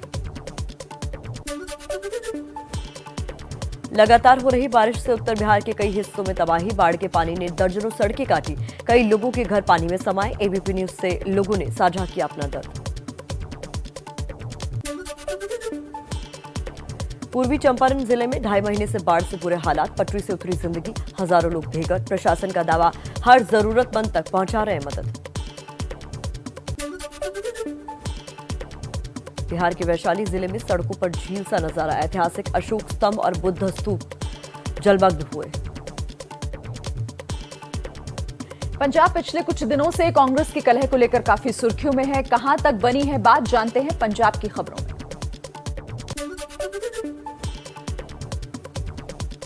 पंजाब कांग्रेस में जारी अंदरूनी कलह को खत्म करने के लिए चंडीगढ़ पहुंचे प्रदेश प्रभारी हरीश रावत। नवजोत सिंह सिद्धू और महासचिव परगट सिंह ने हरीश रावत से मुलाकात की। सिद्धू के ईंट से ईंट बजा देने वाले बयान पर पंजाब कांग्रेस के प्रभारी हरीश रावत का बयान, बोले सिद्धू ने ये अकाली दल और बीजेपी के लिए कहा था, कांग्रेस में कोई विरोधाभास नहीं है। अमृतसर में जलियांवाला बाग के नए परिसर पर सीएम अमरिंदर का राहुल गांधी से अलग बयान, कहा रिनोवेशन से बहुत खूबसूरत हो गया है स्मारक, जबकि राहुल ने मोदी सरकार पर इतिहास मिटाने की कोशिश का आरोप लगाया था। ड्रोन वाली साजिश पर पंजाब के सीएम अमरिंदर सिंह ने कहा, पाकिस्तान कोई बड़ी साजिश कर रहा है, ड्रोन और टिफिन बम से दहशत फैलाना आतंकियों का मकसद। पंजाब में सीएम अमरिंदर की हत्या की धमकी के मामले में एसएफजे के समर्थक गुरपतवंत सिंह पन्नू के खिलाफ साइबर सेल ने मामला दर्ज किया है। संगरूर जिले में अमरूद को फेंकने पर मजबूर हैं किसान। किसानों के मुताबिक सही दाम नहीं मिल रहे, लागत तक नहीं निकल पा रही। मंडी में 1.5 रुपए किलो लग रही है कीमत, जिससे किसान बेहद परेशान है। अब कुछ और राज्यों की अहम खबरें जाते जाते जल्दी से आपको दिखा देते हैं। बंगाल के कोयला घोटाला में सीएम ममता के भतीजे अभिषेक की पत्नी रुजिरा की आज ईडी के सामने पेशी होगी। 6 सितंबर को अभिषेक बनर्जी से पूछताछ करेगी ईडी। जम्मू कश्मीर को पूर्ण राज्य का दर्जा दिए जाने से पहले हो सकते हैं चुनाव, इसके संकेत श्रीनगर में उपराज्यपाल मनोज सिन्हा ने दिए। कहा, परिसीमन आयोग का काम जैसे ही पूरा होगा चुनाव करवाए जाएंगे। सेना और जम्मू कश्मीर पुलिस के आतंकी रास्ते पर नए नौजवानों से अपील, सरेंडर कर मुख्य धारा में लौटे। सेना की 15वीं कोर के commander lieutenant general DP Pandey बोले, एनकाउंटर के समय कोई आतंकी सरेंडर करना चाहे तो जान की बाजी लगाकर उसे बचाएंगे। लद्दाख में भारतीय सेना की बड़ी कामयाबी, 18,600 फीट की ऊंचाई पर सड़क बनाई। इससे अब लेह से पेंगोंग झील तक जाने की दूरी पर 41 किलोमीटर कम हो गए। राजस्थान में आज से 9वीं से 12वीं तक के स्कूल फिर से खुलेंगे। शिक्षा विभाग ने एसओपी जारी कर सभी स्कूलों में पाठ्यक्रम में 30% तक कटौती का फैसला किया। राजस्थान के बांसवाड़ा में दही हांडी मटकी फोड़ कार्यक्रम में टूटे कोरोना के नियम, भारी भीड़ जुटी, कोई भी सोशल डिस्टेंसिंग का पालन करता हुआ नजर नहीं आया। तमिलनाडु में भी आज से कक्षा 9वीं से 12वीं तक के छात्रों के लिए स्कूल फिर से खुल रहे हैं। कॉलेज और पॉलिटेक्निक में भी पहले की तरह क्लासेस लगेंगी। 1ली से 8वीं तक के छात्रों को लेकर फैसला 15 सितंबर के बाद लिया जाएगा। तेलंगाना में आज से नहीं खुलेंगे शैक्षणिक संस्थान। राज्य सरकार के 23 अगस्त को जारी हुए आदेश पर हाईकोर्ट ने रोक लगाई। तो महाराष्ट्र के भिवंडी से एक तस्वीर आई है, वो तस्वीर दिखा देते हैं जहां पर जबरदस्त बारिश हुई है। आप इन तस्वीरों को देखिए, किस तरह से महाराष्ट्र का ये भिवंडी इलाका, हर तरफ आपको पानी नजर आ रहा होगा। लोगों के लिए बड़ी मुसीबत सीधे तौर पर यहां बन जाती है जब बारिश अगर लगातार हो जाए तो सड़कों के हालात बिल्कुल ऐसे नजर आते हैं जैसे कोई तालाब हो। और वैसी ही तस्वीरें भिवंडी में देखने को मिल रही हैं। जबरदस्त बारिश के बाद लोगों की मुश्किलें देखिए, घुटने से भी ऊपर तक पानी भरा हुआ है। यहाँ पर आवाजाही तो प्रभावित होती ही है, सब कुछ थम सा जाता है। एक मार्केट की तस्वीरें आप देख रहे हैं, सब्जी मंडी की तस्वीरें। महाराष्ट्र का भिवंडी इलाका, कई फीट पानी यहाँ पर भरा हुआ है। जोरदार बारिश के बाद सड़कों की बदहाल होती स्थिति। और दूसरी तस्वीर भी आप देख रहे हैं, ये दिल्ली की तस्वीर है, क्योंकि दिल्ली में भी बारिश लगातार, कल भी दिन भर बारिश होती रही, रात से फिर बारिश आज भी हो रही है। और इसे लेकर अलर्ट हालांकि मौसम विभाग की तरफ से जारी भी किया गया है कि 2 दिनों तक दिल्ली में जोरदार बारिश होगी। 20 साल बाद अमेरिका अफगानिस्तान से लौट गया है और अब तालिबान के हाथों में पूरी तरह अफगानिस्तान की कमान चली गई है। 20 साल में जितना बदला अफगानिस्तान, अब उसे तालिबान तहस नहस करने में जुटा हुआ है।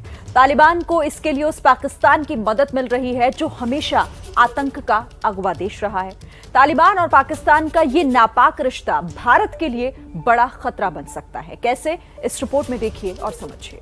तालिबान लाख कहे, लाख चिल्लाए कि वो बदल गया है, बार बार कहे कि उसका ये अपडेटेड वर्जन पुराने तालिबान से बिल्कुल जुदा है, लेकिन एक बात जो सुलह आने सच है वो ये कि ना तो तालिबान कभी सुधरेगा और ना कभी पाकिस्तान उसे सुधरने देगा। एबीपी न्यूज संवाददाता ओपी तिवारी ने खुफिया सूत्रों से एक्सक्लूसिव जानकारी हासिल की है, जिसमें कई बड़े खुलासे हैं, जिसमें कई ऐसी बातें हैं जिसको लेकर खुफिया एजेंसियां भी एक्टिव हो गई हैं।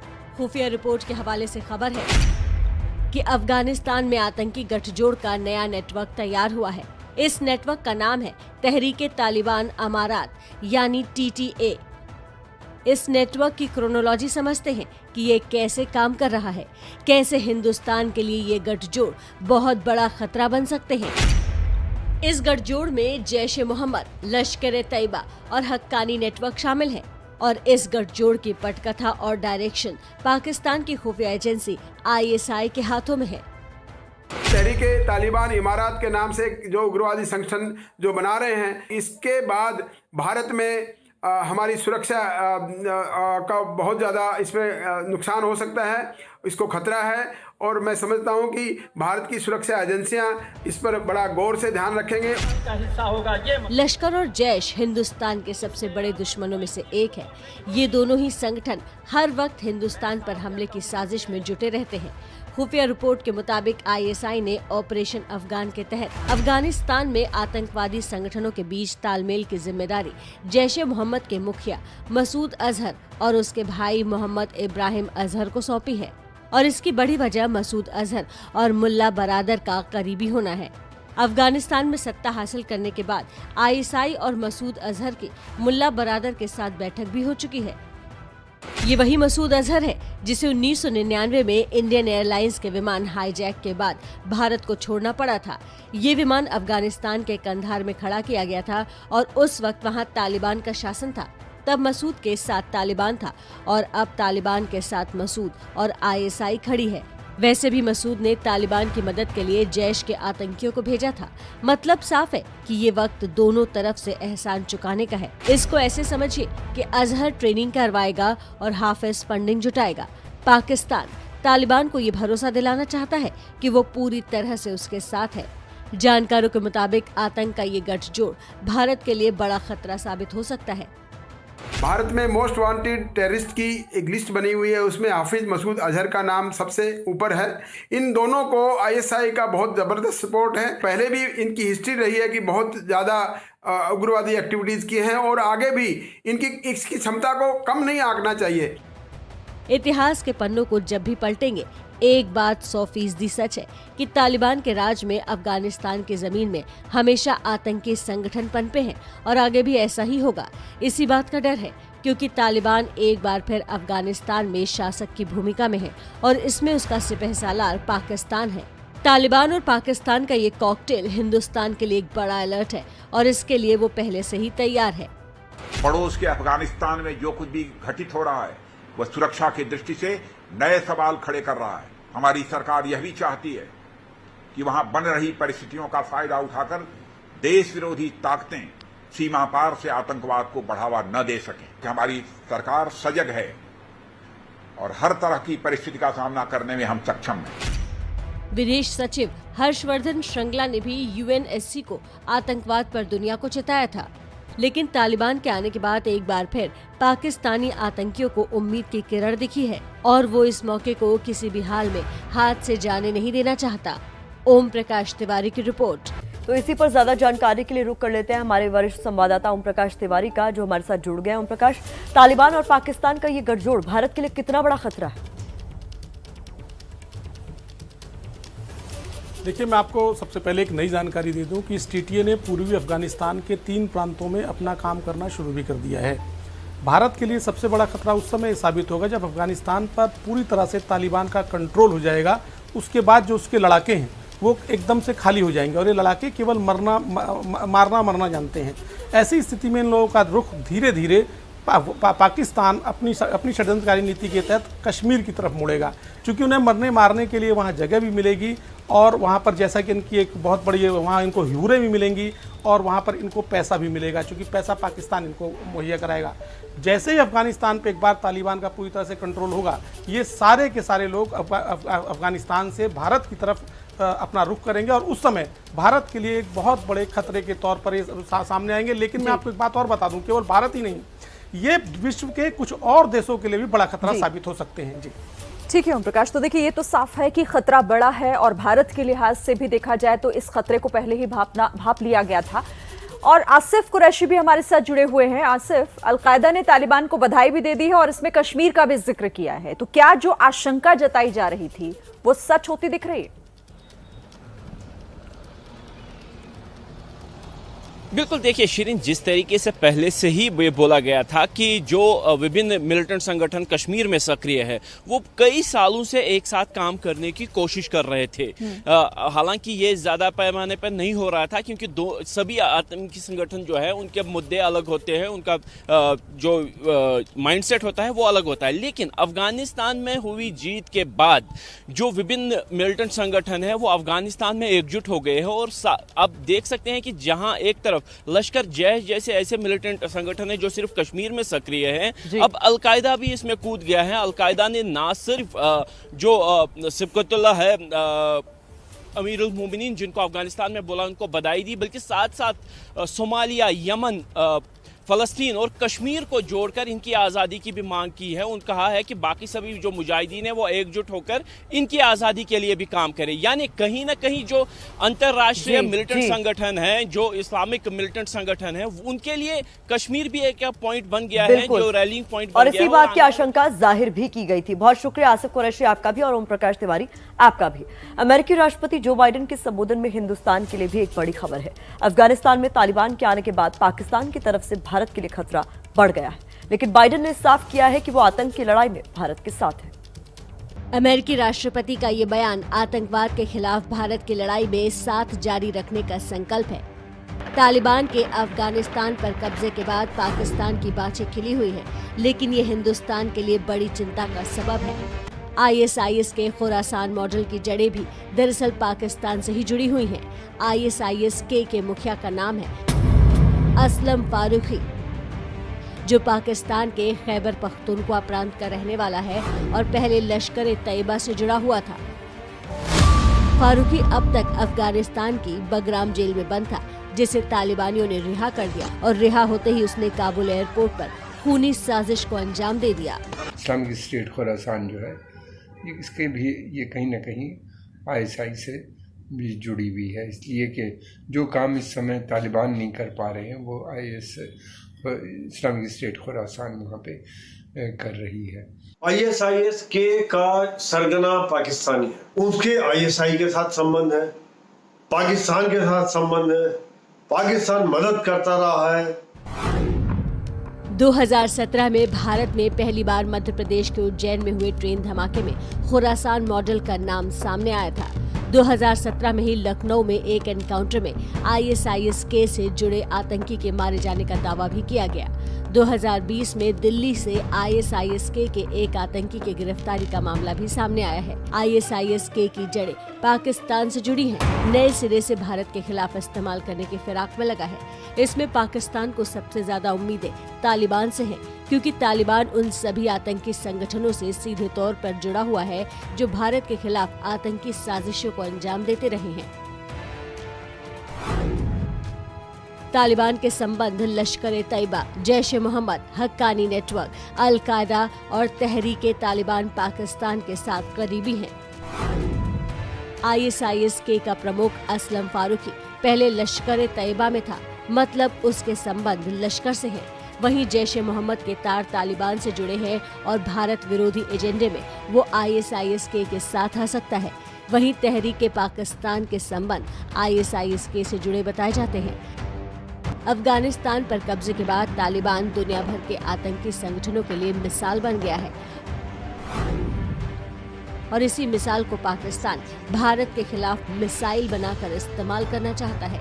इमरान का ये आतंकी एजेंडा उनकी ही पार्टी की प्रवक्ता ने एक टीवी चैनल पर खुलेआम बता दिया। तालिबान से पाकिस्तान के प्यार के पीछे छिपी है भारत से नफरत। तालिबान के सहारे वो कश्मीर का अपना सपना पूरा करना चाहता है, लेकिन वो भूल गया कि उसकी ये कोशिश पहले भी नाकाम हो चुकी है और आगे भी वो मुंह की खाएगा। तालिबान ने भारत के साथ बातचीत की पहल भी की है। आपके चैनल ABP न्यूज ने 25 अगस्त को ही ये बता दिया था कि भारत तालिबान में बातचीत हो सकती है। उस खबर पर मुहर लग गई है। वैसे इस मुलाकात के क्या मायने हैं, इस रिपोर्ट में समझिए। दोहा में मंगलवार को तालिबान ने भारत के साथ बातचीत शुरू की। दोहा में भारतीय राजदूत दीपक मित्तल से तालिबान के शेर मोहम्मद अब्बास स्तानिकज़ई ने मुलाकात की। ये मुलाकात तालिबान नेता की गुजारिश पर हुई थी और भारतीय दूतावास में हुई। मुलाकात का मकसद अफगानिस्तान में फंसे भारतीयों को निकालना था। भारत ने अपनी चिंता जताई कि अफगानिस्तान की धरती का इस्तेमाल भारत विरोधी हरकतों और आतंकवाद के लिए नहीं होना चाहिए। तालिबानी प्रतिनिधि ने भरोसा दिया कि वो भारत की चिंताओं का पूरा ख्याल रखेंगे। स्तानिकज़ई का रुख भारत के प्रति नरम माना जाता है और उनका भारत के साथ पुराना नाता भी है। स्तानिकज़ई ने 1980 के दशक में इंडियन मिलिट्री एकेडमी में ट्रेनिंग की थी। उस वक्त स्तानिकज़ई अफगानिस्तानी सेना के अफसर थे, लेकिन बाद में वो तालिबान में शामिल हो गए। 1996 से 2001 तक तालिबानी राज में वो अफगानिस्तान के उप विदेश मंत्री रहे। 15 अगस्त को काबुल पर तालिबानी कब्जे के बाद से ही स्तानिकज़ई लगातार पड़ोसी देशों से संबंध सुधारने की बात करते आ रहे हैं। दोहा में भारत तालिबान की जो बातचीत हुई, उसकी संभावना को आपके चैनल ABP न्यूज ने 25 अगस्त को ही बता दिया था। तालिबान आज दुनिया के सामने एक ऐसी सच्चाई है जिसको ना चाहते हुए भी स्वीकार करना पड़ रहा है। आज 10 दिन हो गए हैं जब उसने अफगानिस्तान पर पूरी तरीके से कब्जा किया। तो सवाल है कि क्या उसी तालिबान के साथ अब तमाम देश कूटनीतिक रिश्तों के लिए बात करने को तैयार हैं? हिंदुस्तान भी अब ये इशारा कर रहा है कि वो तालिबान से बात कर सकता है, लेकिन वो बात सशर्त होगी, यानी शर्तों के साथ होगी। भारत के हित की ही बात होगी। अफगानिस्तान के पल पल बदलते हालात पर भारत की नजर है और इस मुलाकात के बाद ये उम्मीद और बढ़ गई है कि अफगानिस्तान में फंसे भारतीय जल्द सुरक्षित लौट आएंगे। तालिबान ने काबुल एयरपोर्ट की सुरक्षा की जिम्मेदारी अपनी बद्री ब्रिगेड को सौंपी है। अमेरिका के लौटने के बाद कैसा नजर आ रहा है काबुल एयरपोर्ट, ग्राउंड जीरो से हमारी ये रिपोर्ट देखिए। अस्सलामुअलैकुम। जैसे कि आपको लग रहा है रात 12 बजे जो हैं अमेरिकन फौज का इनखला हो गया और उनका जो लास्ट फ्लाइट था वो रात को यहाँ से शिफ्ट हो गया और जो यहाँ के जो सिक्योरिटी का मसला है ये आज पूरे के पूरे तालिबान के हाथों में है। और यहाँ पे जो है बदरी क़िता के नाम से जो इनका आर्मी है यहाँ पे सेटल हो चुके हैं और पूरी की पूरी सिक्योरिटी इन लोगों के इंचार्ज में है। जैसे कि आप लोगों के लग रहा है कि इस राइट साइड पे जो मेरा है ये जो था अमेरिकन के या आर्मी एरिया था और यहाँ से आर्मी फ्लाइट्स हो रहे थे और जो मेरे लेफ़्ट साइड हैं यहाँ पे इन लोगों की जो है पब्लिक फ्लाइट्स हो रहे थे और इसका जो आज जो 20 साल के बाद जदोजहद के बाद जो है तालिबान फूल के सारे अफगानिस्तान पे सेटल हुए हैं और एक्सेप्शन जो है वो पंजशेर प्रोविंस है और वहाँ पे भी इन लोगों की जदोजहद और बातचीत हो रही है। देखते हैं कि आगे क्या होगा।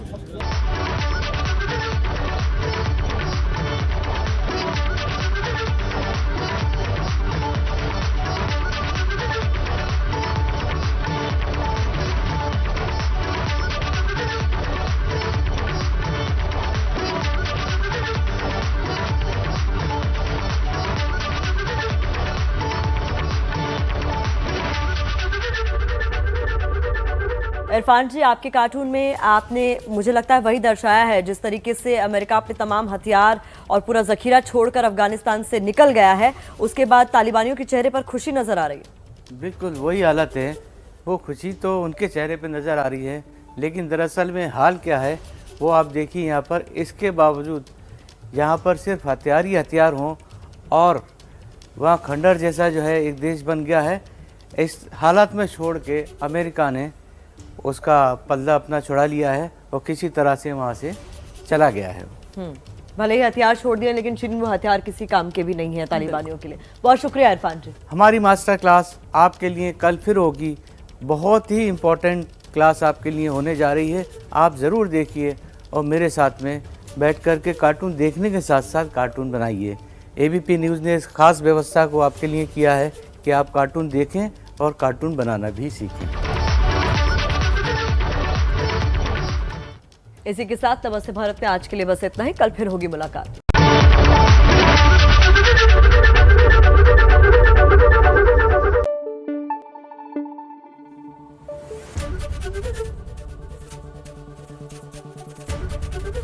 ABP न्यूज़ आपको रखे आगे।